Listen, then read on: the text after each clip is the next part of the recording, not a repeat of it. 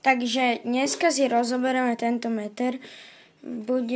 Musíme iba tieto 3 skrotky odšrobovať.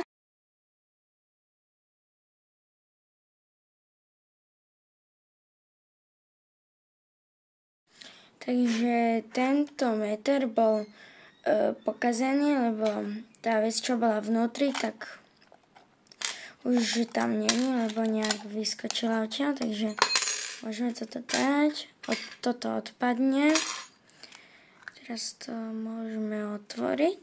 Dobre. Takže vidíme, čo sa tu stalo. Au. Jej. Dúfam, že to nevybuchne.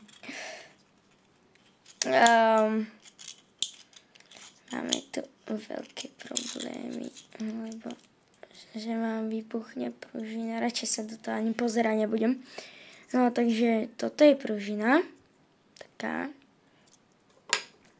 Keď budete niekedy toto rozoberať, tak dávajte si pozor na tú pružinu, lebo vám môže vystreliť do hlavy. Potom to je telo, potom toto je druhá časť tela.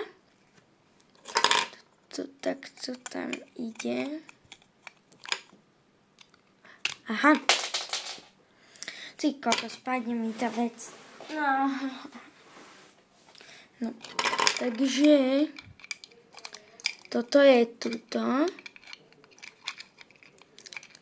Vysvetlím vám, jak to funguje. Takto je to normálne otvorené. Môže ísť odtiaľ preč. Keď je takto, tak sa to tam zasekne. Tu je taká guma malá, tuto. A tá pridrží tú vec, čo je vnútri.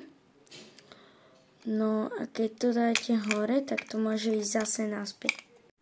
Keď sa vám toto video páčilo, tak nezabudnite dať like a subscribe.